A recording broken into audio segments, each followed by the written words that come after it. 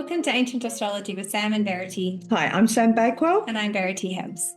And today's episode 37, and we're going to be looking at the moon in the sixth house. Yep. So the sixth house represents minor health, Yes. pets. And small animals in general. Yep. Yep. Subordinates, those that you employ.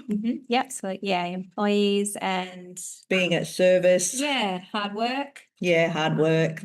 And with the service, it can also be not just at work, but with your family or friends. Helping.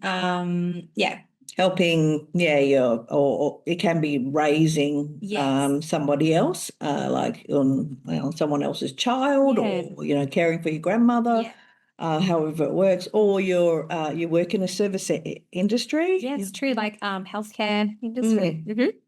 So it depends on the planet, what the sign of the cusp is, and where that planet is, obviously. And so with minor health, is that sort of like coughs, colds, things like that?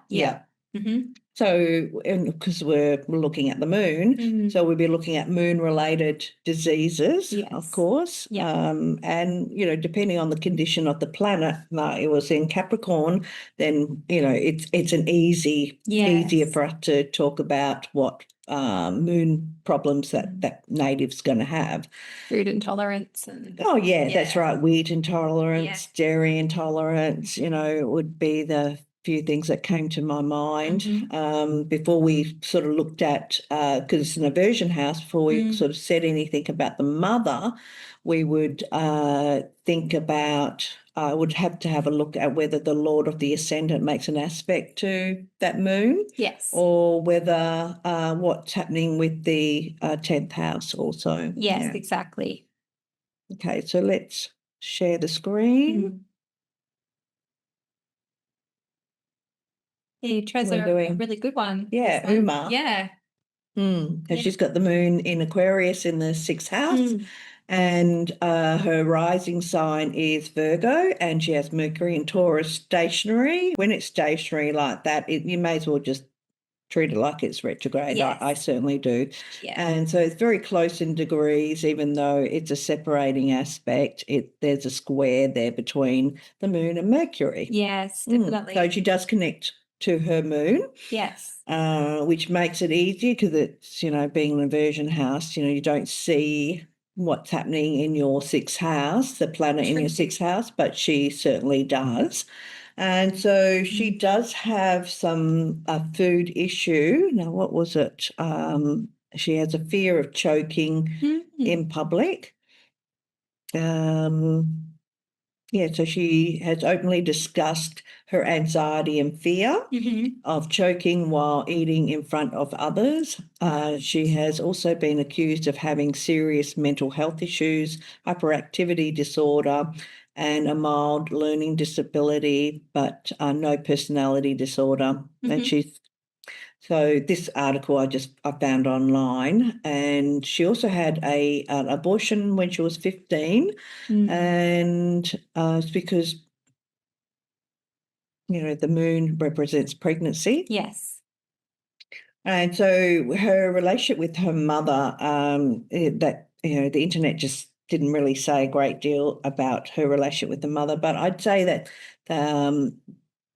there is something that's happened there, because it is still a square, and her malefic sect is in the 10th house. So, even though she connects with her mother, maybe she's, learnt a lot from mum, and she's accepted mum for who she is, and mum accepts her for who she is. There's got to be some sort of thing going on there. Yeah, I mean, it would be an interesting one because it's the Aquarius moon, so the state of the moon in Aquarius is, not in relationship. And that whole Saturn. Exactly. It's Saturn. Exactly. So there is a very wide aspect there between the moon and Saturn, but it doesn't really matter because we're already reading Saturn from the dispositor of the moon. And then there's her depression and her anxiety is through that. Things being a bit different to a conventional sort of mother-daughter. Yeah, exactly. Exactly. And then even the Venus and Mars being in the 10th house. So there's, even though it's already a square with the moon and Mercury, it's like, you've got that tension again with Venus and Mars both there. And I mean, Venus it's a dispositor, the dispositor of Mercury is in the 10th house. Exactly. 12 signs away. Yes. The dispositor of Venus and Mars is 12 signs away. Yes. And so, they don't see each other.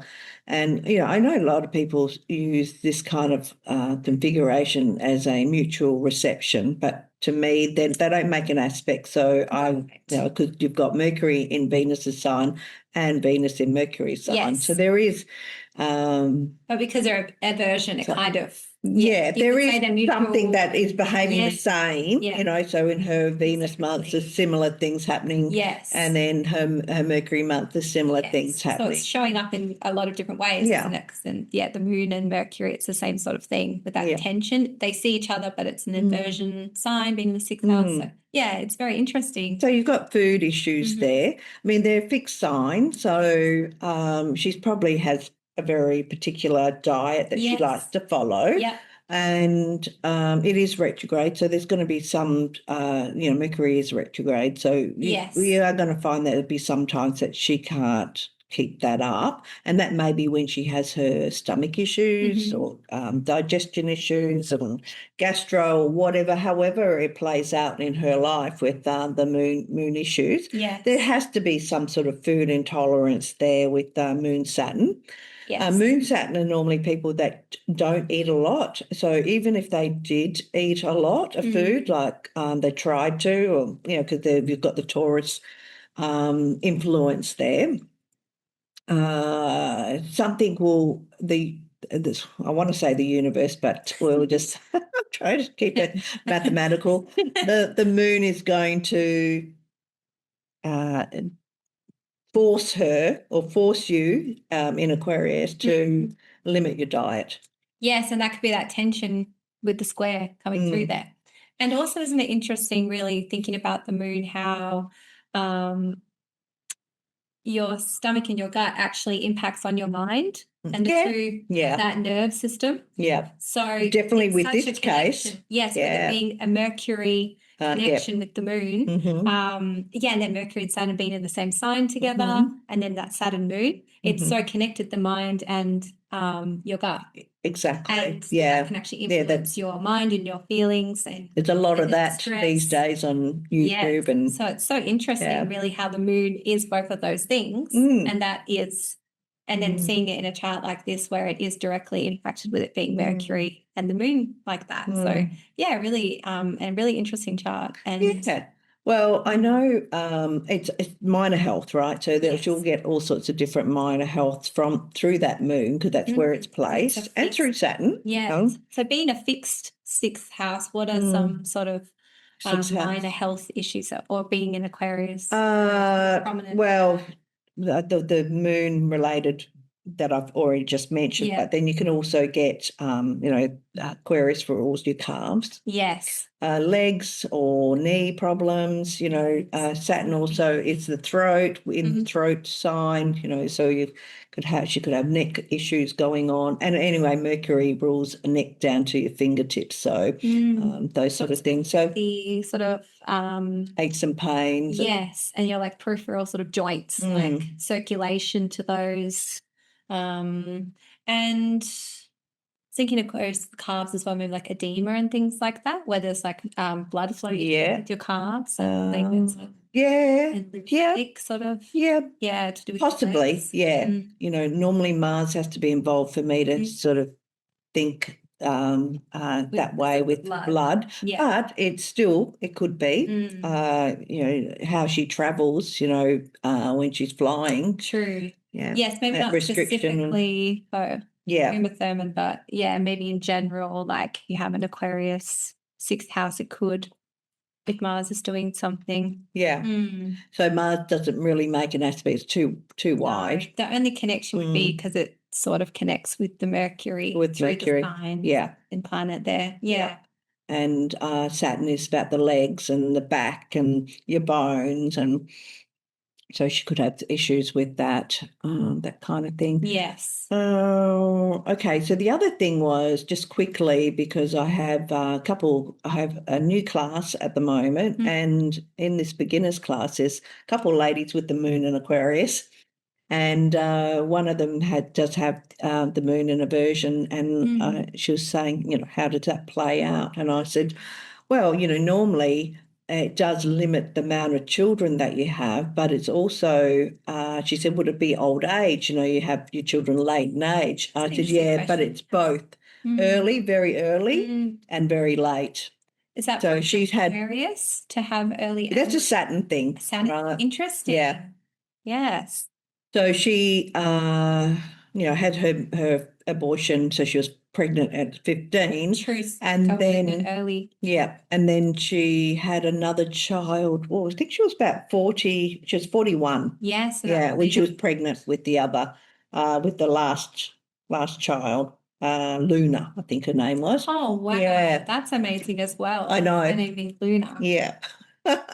Oh, I didn't know that. Well, especially since that moon connects to her, has a big part of her life. Yeah. That's really beautiful. Wow. Yeah, that's so amazing to see that come through like that. Yeah, I would be interested to know whether she's a meditator, or because, often find these sort of people, they need to sit still somehow, some way, having that Saturn. Her name is a Buddhist name. That's, Buddhism. She probably does. Yeah. Yeah. Or did at some point. Yeah. In her life. Yeah. Yeah.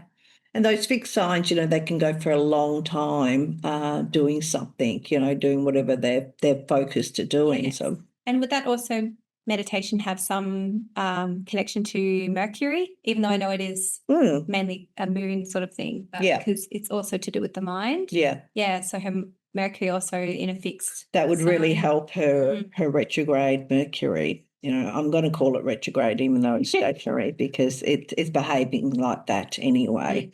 And that's why she has some learning disability, going on. It's a different way of thinking seeing the world and thinking. Yeah. But thank goodness the dispositor is an angle, even though, they're in aversion to each other. It's still much more helpful because, you can get that support, or you can you're willing to help yourself, to grow. Yeah. And also it's public, right? So that's something that she's very public about. Yes. Yeah. Reading lines, the reading is out there for the public. Yeah. Yeah, exactly. Being in the public. Okay. Thank you, Uma. Yes, that was a really lending up your life for a minute. Yes. Okay, that's it for today. Yes, and thank you. And don't forget to like or subscribe, or do both. Yes. And we'll see you next time. Thank you. Bye-bye.